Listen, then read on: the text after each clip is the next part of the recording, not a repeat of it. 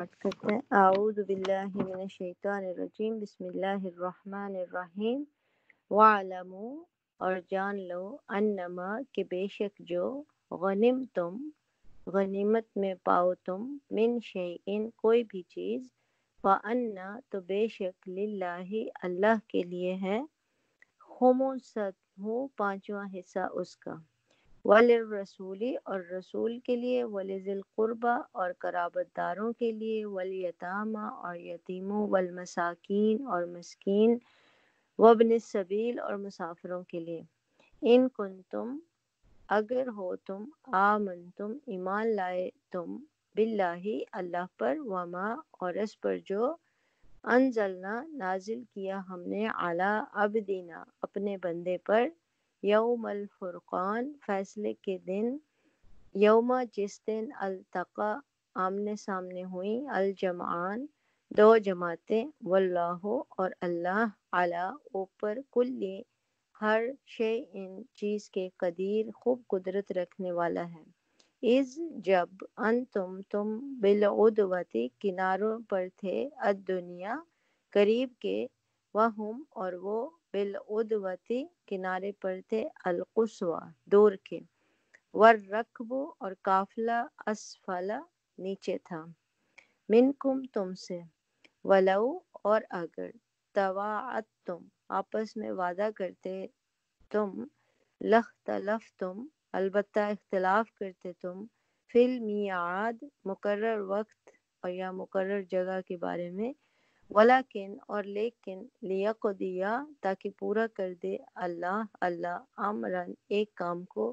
کانا جو تھا، مفعولا ہو کر رہنے والا، لیہلک تاکہ وہ ہلاک ہو، من جو، ہلاک ہو، ام بینت ساتھ واضح دلیل کے، ویحییٰ اور وہ زندہ رہے،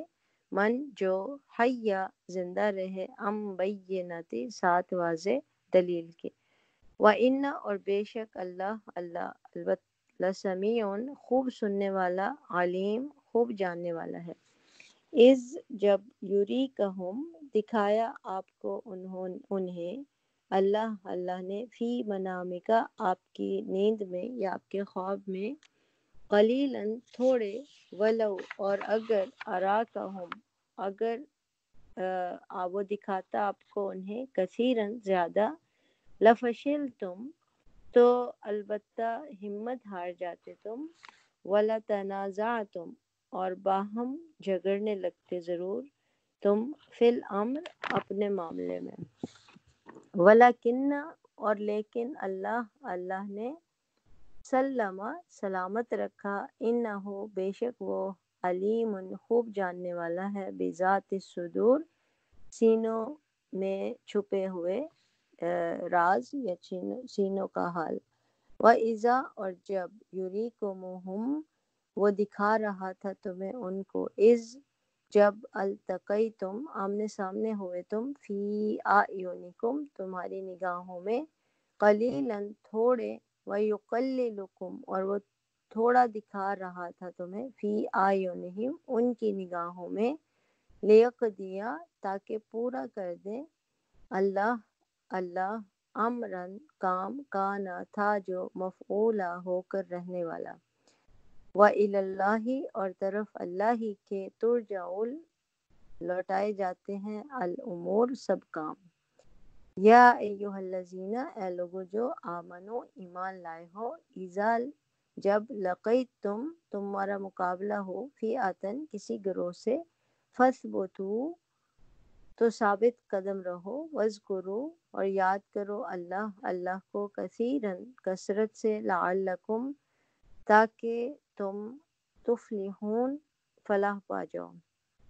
وَأَطِیعُوا اور اطاعت کرو، اللہ کی، وَرَسُولَہُ اور اس کے رسول کی، وَلَا اور نہ، تَنَازَعُوا تم باہم جھگڑو، فَتَفْشَلُوا ورنہ تم کم ہمت ہو جاؤ گے، وَتَذْهَبَ اور جاتی رہے گی، رِیحُکُم تمہاری شان، وَاصْبِرُوا اور صبر کرو، اِنَّ بے شک، اللہ مع ساتھ ہے، الصابرین صبر کرنے والوں کے۔ ولا اور نہ تکونو تم ہو جاؤ کالذین ان کی مانند جو خرجو نکلے من دیارہم اپنے گھروں سے بطرن اتراتے ہوئے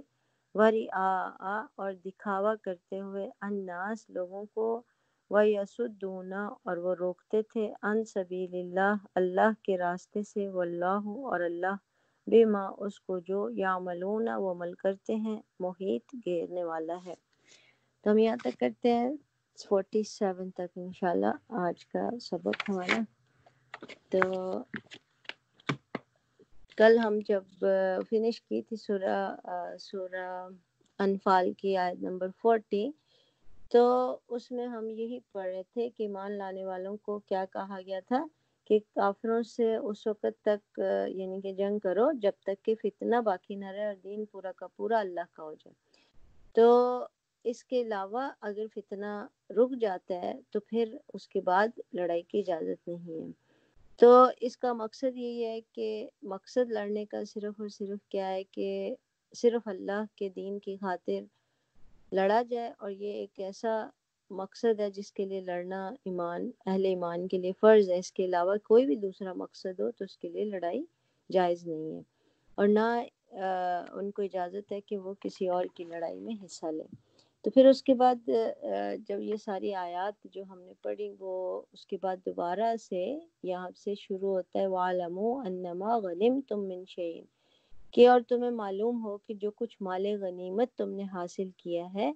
اس کا 5واں حصہ اللہ اور اس کے رسول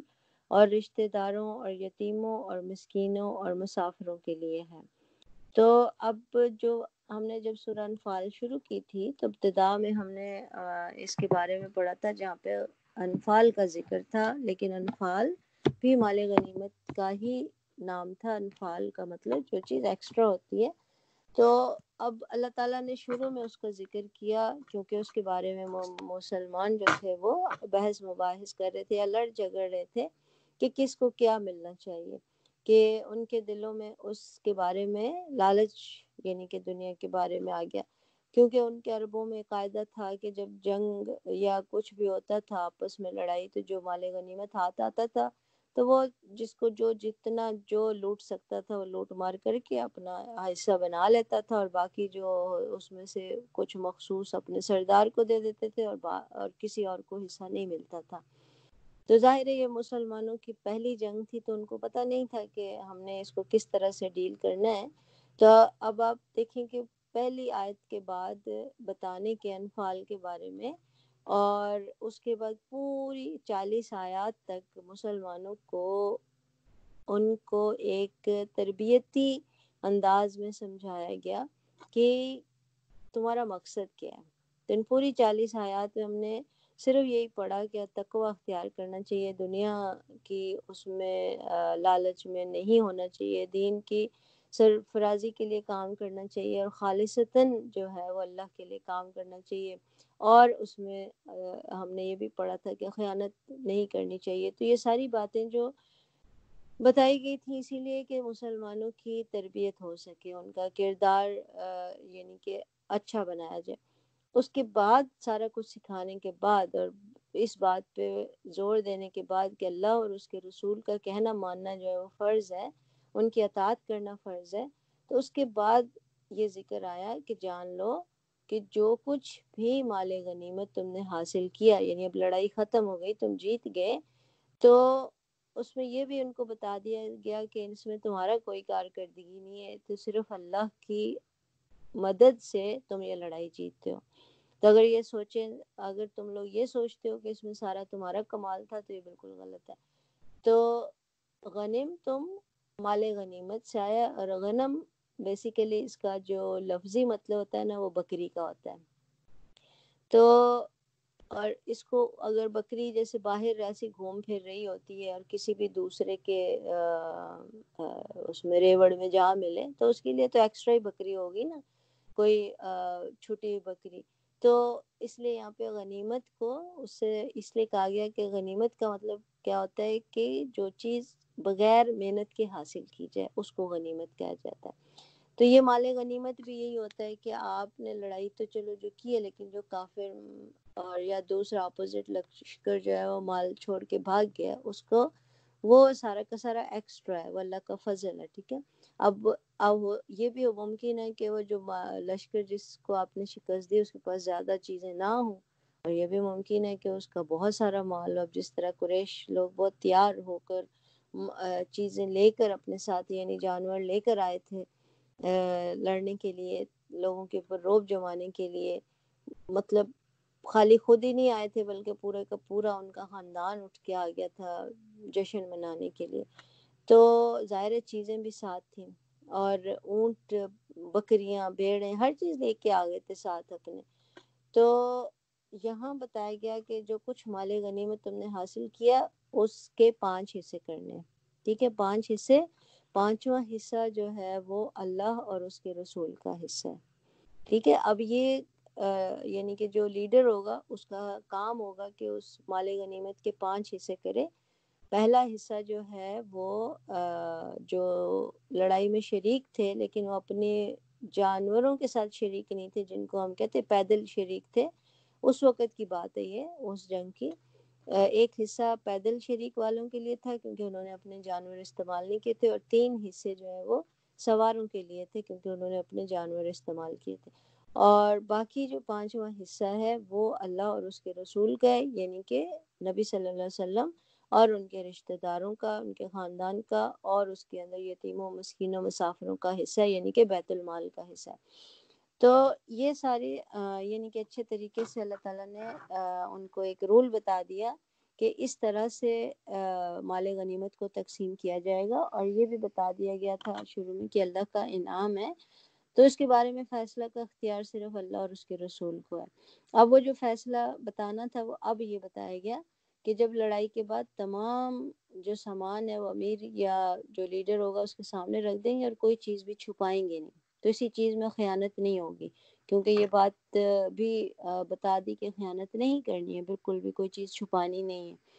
تو اس وجہ سے اب ظاہر ہے سارے مومن تھے، مسلمان تھے، ان کا کام کیا، اللہ اور اس کے رسول کا کہنا ماننا۔ تو اگر کسی نے بھی کوئی سوئی بھی چھپا کے رکھی تو قیامت کے دن اس کا ذمہ دار ہوگا۔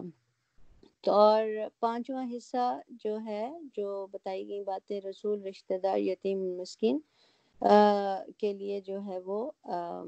تقسیم کر دیا جاتا ہے۔ تو اکثر لڑائی کے بعد نبی صلی اللہ علیہ وسلم فرمایا کرتے تھے کہ یہ غنائم تمہارے ہی لیے ہیں، میری اپنی ذات کا ان میں کوئی حصہ نہیں بجز خمس کے، اور وہ خمس بھی تمہارے اجتماعی مسالے پر صرف کیا جاتا ہے، لہٰذا ایک ایک سوئی اور ایک ایک دھاگا تک لا کے رکھ دو، کوئی چھوٹی بڑی چیز چھپا کر نہ رکھو کہ ایسا کرنا شرمناک ہے اور اس کا یہ نتیجہ دوزخ ہے۔ تو اس تقسیم میں اللہ اور اس کے رسول کا حصہ ایک ہی ہے، اور اس کو کہتے ہیں خمس۔ اس کا مطلب یہ تھا کہ جو خمس اللہ تعالیٰ نے اللہ اور اس کے رسول کے نام، یعنی رسول کا حصہ نکال کے اللہ کے نام کا جو حصہ ہے وہ اللہ اور اس کے اقامت دین کے حق میں صرف کیا جائے۔ اور رشتہ داروں سے مراد نبی صلی اللہ علیہ وسلم کی زندگی میں جو نبی کے رشتہ دار تھے، یعنی جو گھر والے تھے یا جو بھی اہل بیت تھے، ان کے اوپر خرچ کیا جائے، کیونکہ نبی صلی اللہ علیہ وسلم کا سارا کام دین کے کام میں صرف کرتے تھے، وہ جاب تو نہیں کرتے تھے جہاں سے ان کے یعنی کہ گھر والوں کی کفالت ہوتی، ضروریات پوری ہوتی، تو اس لیے اس میں آپ کا اور آپ کے گھر والوں کا حصہ رکھا گیا۔ تو اس لیے یہ آیت نازل ہونے کے بعد ان کے لیے سارا کلیئر ہو گیا کہ کس طرح سے مال غنیمت کو تقسیم کرنا ہے۔ پھر کہا کہ ان کنتم آمنتم باللہ وما انزلنا علی عبدنا، اگر تم ایمان لائے ہو، اور کس پر ایمان لائے ہو؟ اللہ پر، اور وما انزلنا علی عبدنا، اور اس چیز پر، یعنی جو فیصلے کے روز دونوں فوجوں کے یعنی ملاقات کے درمیان ہم نے اپنے بندے پر نازل کی تھی، تو یہ حصہ بخوشی ادا کرو، اللہ ہر چیز پر قادر ہے۔ یعنی کہ کیا چیز نازل کی تھی؟ یوم الفرقان کیا تھا؟ یعنی حق اور باطل کی تمیز کا دن تھا، حق اور باطل کے فرق کا دن تھا، یعنی بدر کی جو شکست اور فتح ہوئی تھی وہ اس کو یوم الفرقان کہا گیا یہاں پر، کیونکہ اس میں ان کو مسلمانوں کو جو فتح نصیب ہوئی تھی وہ جو ہے اللہ کی وجہ سے، اللہ کی مدد کی وجہ سے ہوئی تھی، ورنہ ایسا نہیں تھا کہ مسلمان اتنے کم تعداد میں تھے اور اتنے یعنی کہ مجبور بھی تھے، غریب بھی تھے کہ وہ یہ جنگ جیت جاتے. تو یہ ایک فیصلہ کن دن تھا جس میں اللہ تعالیٰ نے حق اور باطل کے درمیان فیصلہ کیا تھا، اور جو ہے اللہ کا قانون جو ہے وہ اس میں پریویل یعنی کہ کامیاب ہوا تھا. تو اس لیے یہاں اس کو یوم الفرقان کہا گیا، اور یہ کہا گیا کہ اب جو ہے جو فتح اللہ تعالیٰ نے تمہیں دی تھی اس کو اس کے بندے پر، اب دینا کا مطلب ہے نبی صلی اللہ علیہ وسلم پر جو ہے نازل کی تھی یہ چیز، تو اس کا کہنا مانو اور اللہ تعالیٰ کا کہنا مانو، اور جو حصہ جو ہے اللہ تعالیٰ نے تمہیں بولا ہے تو اس کو خوشی خوشی جو ہے اس کو تقسیم کر دو اور خوشی خوشی اللہ کے حکم کو مان لو. یعنی کہ اس کے اندر کسی قسم کا دل میں وہ نہیں رکھنا چاہیے، کیونکہ یوزلی کیا ہوگا کہ جب کوئی حصے تقسیم ہوتے ہیں تو کسی نہ کسی کے دل میں کوئی نہ کوئی بات رہ جاتی ہے. تو یہاں پہ اللہ تعالیٰ نے اس چیز کی بھی وہ کر دی کہ دل میں کسی قسم کی جو ہے بات نہیں رہنی چاہیے. تو اس کے بعد پھر اللہ تعالیٰ ان کو یاد کرواتے ہیں ان کی یعنی کہ اپنی نعمت یاد کراتے ہیں، اور آگے پوری کچھ آیات تک جو ہے نا بدر کا جو کس طرح سے واقعہ ہوا تھا اس کے بارے میں بات بتائی جاتی ہے. اِذَا أَنْتُمْ بِالْعُدْوَةِ الدُّنْيَا وَهُمْ بِالْعُدْوَةِ الْقُصْوَى وَالرَّكْبُ أَسْفَلَ مِنْكُمْ. یاد کرو وہ وقت جب تم وادی کے اس جانب تھے، یعنی کہ قریب کی جانب تھے. عدوات دنیا کا مطلب ہے قریب کے کنارے پر تھے، یعنی کہ اپنی طرف تھے، اور یہ جو تھا اونچی جگہ پہ تھا. ہم نے پڑھا تھا کہ جب بارش ہوئی تھی کہ یہ لوگ اونچی جگہ پہ اپنا پڑاؤ ڈالے ہوئے تھے. تو دنیا کا لٹرل میننگ اس کا یعنی روٹ ورڈ ہوتا ہے دال نون یا، تو اس کا مطلب ہوتا ہے قریب. اسی لیے دنیا کو دنیا کہا جاتا ہے کہ ہم یہ بہت چھوٹی سی چیز ہے، بہت قریب کی چیز ہے، یعنی کہ جو ہمیں بظاہر ہر چیز ہمیں نظر آ رہی ہوتی ہے نا، یہ دنیا ہے، یہ بہت تھوڑی سی اور بہت قلیل اور بہت قریب کی چیز ہے، اور آخرت کو ہم دور کی چیز کہتے ہیں کیونکہ وہ ہمیں نظر نہیں آتی. تو اس لیے دنیا کا مطلب ہوتا ہے قریب، اور ادوا کا مطلب ہوتا ہے کنارہ. تو یعنی قریب کے کنارے پر تم تھے، اور وہ لوگ کون تھے؟ وَهُمْ بِالْعُدْوَةِ الْقُصْوَى، اور وہ دوسری جانب یعنی دور کے کنارے پر تھے، لوور سائڈ پہ تھے. وَالرَّكْبُ اسفل کا مطلب ہوتا ہے نچلی سائڈ پہ، اور نچلی سائڈ پہ جو ساحل تھا، رکب ساحل کو کہتے ہیں، تو وہاں پہ قافلہ تھا، یعنی جو قافلہ جا رہا تھا جس کو انہوں نے لوٹنا تھا. لیکن وہ قافلے کو چھوڑ کے ان لوگوں نے لشکر کا مقابلہ کیا. اور آپ لوگوں نے اگر بدر کی جنگ کے بارے میں، غزوہ بدر کے بارے میں پڑھا ہوگا تو آپ کو تھوڑا سا اندازہ ہوگا کہ ابو سفیان کا جو لشکر تجارتی قافلہ، ابو سفیان کا تجارتی قافلہ جو تھا وہ آ رہا تھا، اس نے مدینے کے پاس سے گزرنا تھا، کیونکہ مدینے کے پاس ایک تجارتی راستہ تھا جہاں سے مکہ کے لوگ گزرا کرتے تھے. تو مسلمانوں نے پہلے یہ پلان بنایا تھا کہ ہم جب وہ واپس گزرے گا تجارت کے بعد، ظاہر ہے بہت سا تجارتی مال ہوتا ہے ان کے پاس، تو ہم اس کو حملہ کر کے اس کو لوٹیں گے. تو لیکن جب ان کا پلان چینج ہو گیا اور وہ لشکر کا مقابلہ کرنے کے لیے تیار ہو گئے، تو اب وہ ساحل کے قریب سے ان کا جو لشکر یعنی تجارتی قافلہ تھا وہ وہاں پہ تھا، اور یہ لوگ اوپر پڑاؤ ڈالے ہوئے تھے، اور سامنے جو ہے وہ قریش کا لشکر تھا. ہوا یہ تھا کہ ابو سفیان نے پہلے روانہ ہونے سے پہلے، یعنی جب تجارت کر کے واپسی سے پہلے قریش تک یہ خبر پہنچا دی تھی کہ جب وہ مدینہ سے گزریں گے تو ان کو مسلمانوں سے خطرہ ہے، کہ وہ پلان بنائے ہوئے ہیں کہ میرے لشکر پر، میرے قافلے پر حملہ کریں گے. تو قریش نے اس کے جواب میں پورا لشکر تیار کر لیا تھا مسلمانوں کو سبق سکھانے کے لیے. تو اب وہ جب لشکر انہوں نے تیار کر لیا تو ان میں سارے ان کے بڑے بڑے لیڈر تھے، جو ہم نے پڑھا کہ 1000 کے قریب ان کے جو لوگ تھے، وہ سارے کے سارے تیار ہو کر بڑے ٹھاٹ باٹ کے ساتھ نکلے، اور ان کا خیال یہ تھا کہ وہ مسلمانوں کو تو 2 منٹ میں ناکام بنا دیں گے۔ تو جب وہ اچھا لشکر اپنے راستے میں نکل آیا، لیکن ہوا یہ کہ کیونکہ ابو سفیان کو پتہ تھا کہ میرے قافلے پر اس طرح سے حملہ کا خطرہ ہے، تو وہ راستہ ساحل کی، وہ اپنا راستہ بدل کے نا، وہ اپنا ساحل کی طرف سے راستہ کاٹ کر دوسرے راستے سے سیف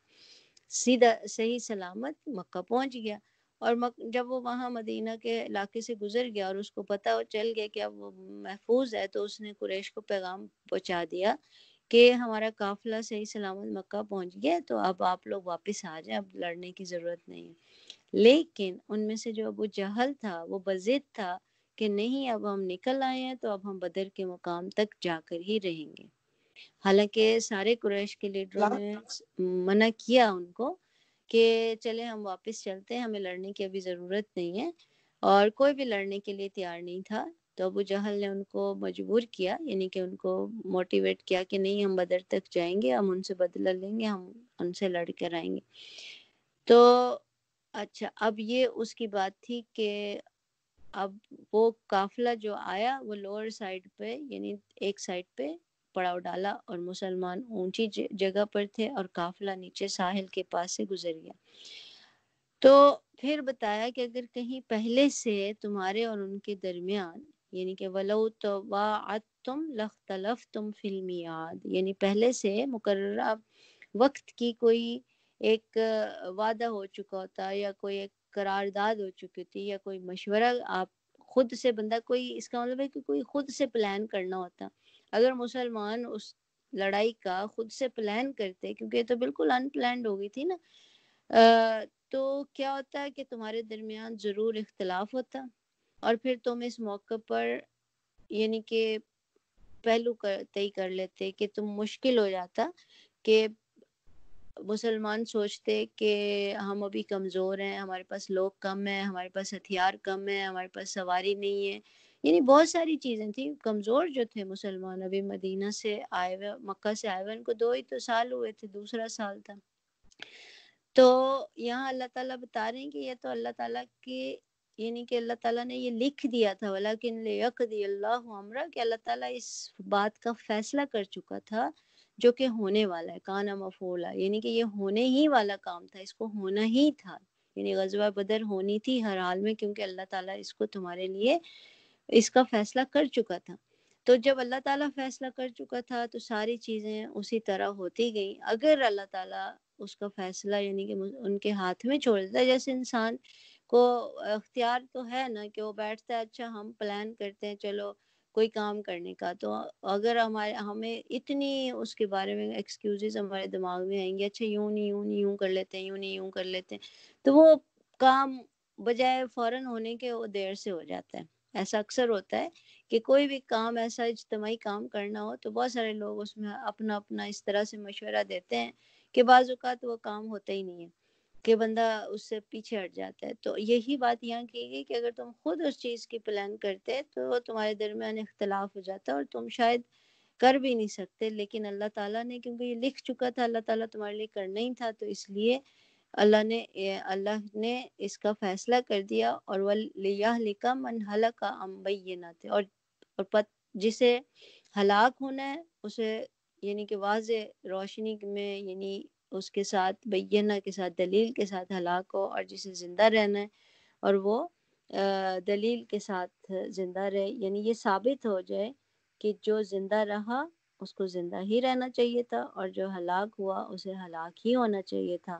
تو یہاں سے کیا مراد ہے؟ یہاں سے افراد مراد نہیں ہے کہ جو زندہ ہوئے اور جو ہلاک ہوئے، بلکہ یہاں حق اور باطل کی جنگ سے مراد ہے کہ حق زندہ رہنے کے لیے ہے تو حق زندہ رہا، اور باطل مرنے کے لیے، مٹنے کے لیے، اس لیے باطل جو ہے وہ مٹ گیا۔ تو اس لیے اللہ تعالیٰ نے یہ والا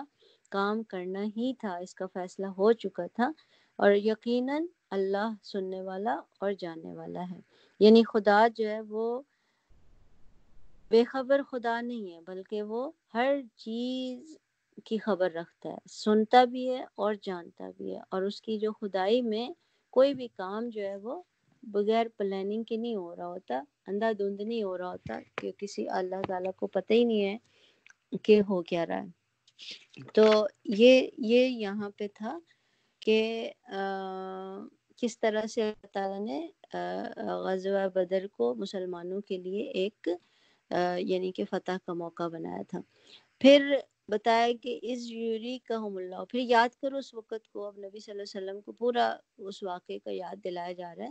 کہ جب اے نبی صلی اللہ علیہ وسلم اللہ ان کو تمہارے خواب میں تھوڑا سا دکھا رہا تھا۔ اب یہاں خواب کا ذکر آیا اور یہ بات ہم نے پڑھی کہ مسلمانوں کو جب وہ بہت پریشان تھے تو اس رات کو جب انہوں نے وہاں پڑاؤ ڈالا تھا، بارش بھی ہو گئی تھی اور ان کو اللہ تعالیٰ نے نیند بھی دے دی تھی، ٹھیک ہے، ان کے اوپر غنودگی جس کو ہم نے پڑھا تھا طاری ہو گئی تھی، تاکہ مسلمان فریش ہو جائیں، صبح اٹھیں تو لڑائی کے لیے تیار ہوں۔ تو اس غنودگی میں نبی صلی اللہ علیہ وسلم کو خواب میں یہ دکھایا تھا کہ کفار کا لشکر بہت تھوڑا سا ہے۔ وہ کیوں دکھایا تھا؟ تاکہ ان کی ہمت بڑھ جائے، ان کو ان کی مزید یعنی کہ ان کے اندر استقامت آ جائے۔ تو اور ظاہر ہے ان کو سب کو یہ پتہ نہیں تھا، اندازہ نہیں تھا کہ کفار کا لشکر کتنا ہے، لیکن نبی صلی اللہ علیہ وسلم نے جب وہاں پڑاؤ ڈالا تو انہوں نے اپنا جاسوس بھیجا اور دیکھنے کے لیے کہ کتنا بڑا لشکر ہے، تو اس نے دور سے یعنی کہ اندازہ کر کے بتایا تھا کہ تقریباً اتنا بڑا لشکر ہے، کیونکہ نبی صلی اللہ علیہ وسلم نے ان سے پوچھا، اندازے سے پوچھا کہ اچھا یہ بتاؤ کہ وہ کتنا کھانا ایک دن میں کھلاتے ہیں، تو انہوں نے کہا تقریباً 9 یا 10 اونٹ ذبح کرتے ہیں۔ تو اس سے نبی صلی اللہ علیہ وسلم نے اندازہ لگایا کہ ان کے جو لشکر میں 900,000 کے قریب لوگ ہوں گے۔ تو یعنی یہ ان کی بصیرت تھی، ان کی یعنی حکمت تھی۔ تو اب یہاں اللہ تعالیٰ ان کو بتا رہے کہ ان کو خواب اللہ تعالیٰ نے جو دکھایا مخالف لشکر کا تھوڑا کر کے دکھایا، اور اگر کہیں وہ تمہیں ان کی تعداد زیادہ کر کے دکھاتا وَلَوْ أَرَاكَهُمْ كَثِيرًا، کہ زیادہ دکھاتا تو لَفَشِلْتُمْ وَلَتَنَازَعْتُمْ، تو پھر تم ضرور اپنی ہمت ہار جاتے، فشلتم ہمت ہار جاتے، اور تنازع اپنے امر میں تنازع شروع کر دیتے، یعنی جھگڑا شروع کر دیتے لڑائی کے معاملے میں کہ ہمیں لڑنا چاہیے یا ہمیں نہیں لڑنا چاہیے۔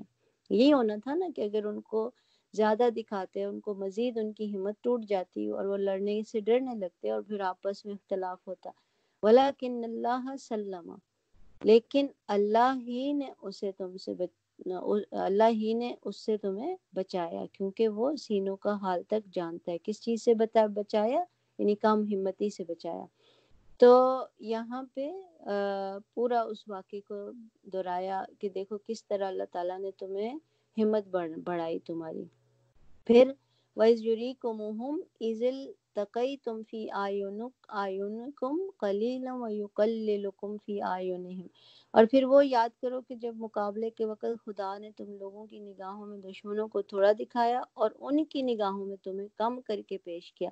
اچھا، ان کی نگاہوں میں بھی یہی کیا کہ تمہیں کم دکھایا کہ وہ یہ سوچ کے آگے بڑھے آئے کہ یہ تو تھوڑے سے ہی ہیں، ہم تو ان کو فٹافٹ جو ہے وہ کر لیں گے، اور ان کی نگاہوں میں ان کو کم دکھایا تھا کہ ان کی ہمت جو ہے وہ بڑھے۔ تو لیقضی اللہ امرا کان مفعولا، تاکہ جو بات ہونی تھی اسے اللہ ظہور میں لے آئے، یعنی اس کو ہونے دے، اس کام کو جو اس کا اللہ نے فیصلہ کیا تھا وہ ہو جائے۔ وَإِلَى اللَّهِ تُرْجَعُ الْأُمُورُ، اور آخرکار سارے معاملات اللہ ہی کی طرف رجوع کرتے ہیں۔ تو اس سے پتہ چلتا ہے کہ سارے کا سارا جو پلان تھا وہ اللہ کا پلان تھا کہ کس طرح اس نے مسلمانوں کو اس جنگ میں فتح دینی ہے۔ پھر کہا کہ یا ایھا الذین آمنوا اذا لقیتم فئۃ فاثبتوا واذکروا اللہ کثیرا لعلکم تفلحون۔ اے ایمان والو، اب یہاں پہ پھر یا ایھا الذین آمنوا سے سٹارٹ ہوئی، یعنی آگے جو بات ہے وہ حکم ہے کہ جب کسی گروہ سے تمہارا مقابلہ ہو تو تم ثابت قدم رہو اور اللہ کو کثرت سے یاد کرو، توقع ہے کہ تمہیں کامیابی نصیب ہوگی۔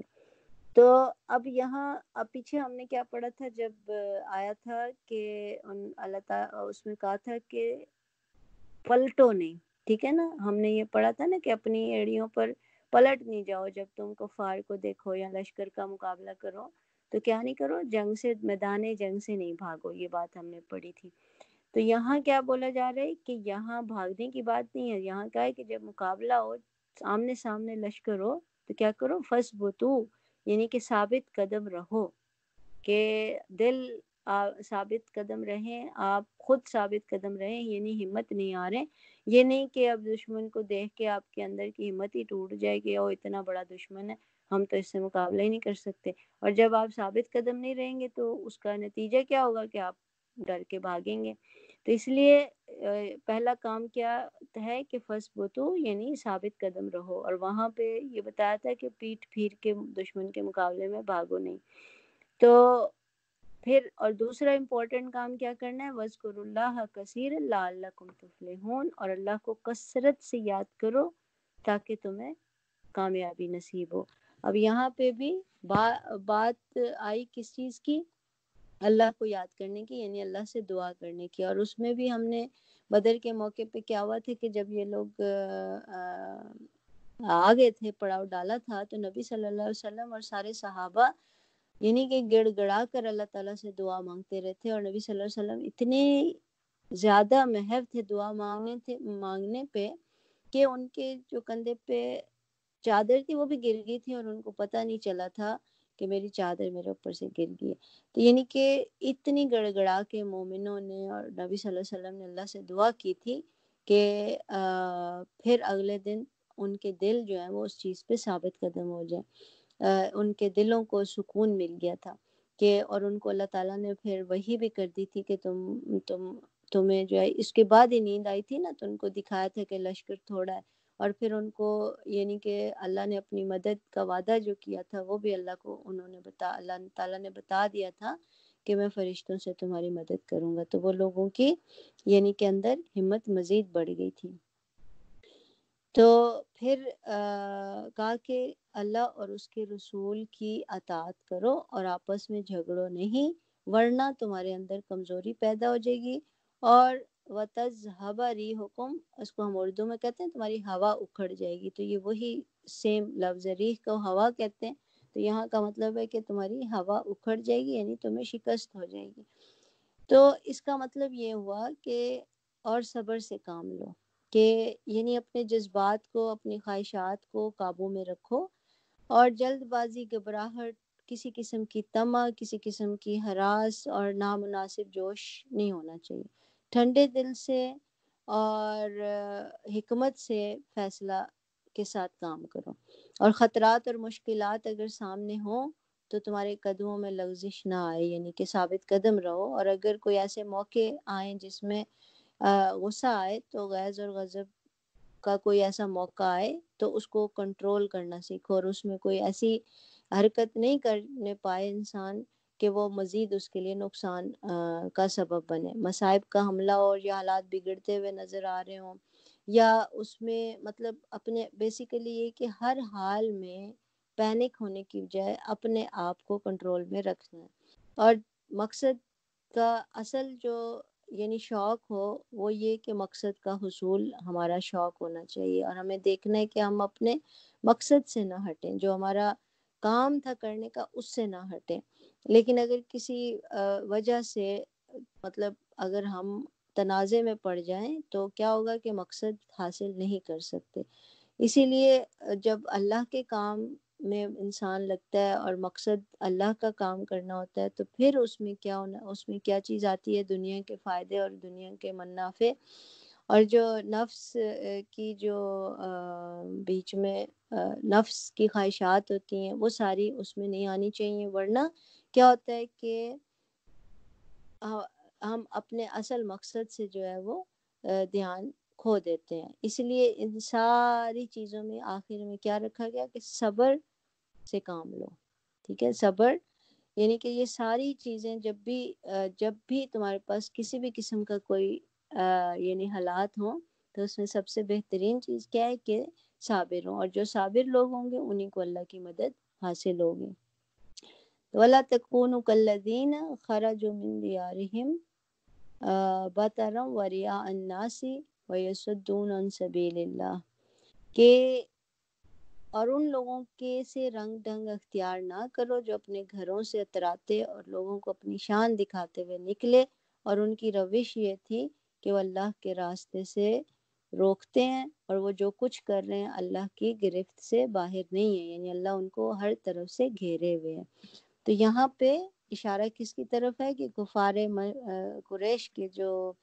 مکہ کے جو لوگ تھے ان کا جو لشکر تھا بہت شان سے نکلا تھا، گانے بجانے والے ساتھ تھے اور رستے میں رک رک کے، یعنی کہ جس طرح ہوتا ہے نا پارٹی کر رہے تھے، اور جو بھی قبیلے اور راستے میں جو بھی ملتے تھے ان کو اپنی شان اور شوکت دکھاتے تھے، اپنے سر و سامان کا رعب جماتے تھے، اور یعنی کہ ایک رعب جماتے تھے اور ان کو مطلب اس طرح سے شو کیا کہ ہمارے مقابلے میں کون سر اٹھا سکتا ہے، یعنی ان کی اخلاقی حالت اتنی بری بگڑی ہوئی تھی۔ اور اس کے بعد یہ کہ ان کا نکلنے کا مقصد کیا تھا کہ مسلمانوں کو مٹا دیا جائے۔ تو جب وہ اس لیے تو نہیں اپنی جان اور مال کی بازی لگانے نکلے تھے کہ حق کے لیے لڑ رہے ہیں، تو وہ تو اس لیے نکلے تھے کہ ایسا نہ ہو، یعنی اپوزٹ مقصد کے لیے۔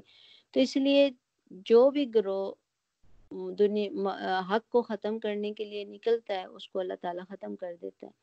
اور اس سے مسلمانوں کو وارن کیا جا رہا ہے کہ تم ایسے نہیں بن جانا،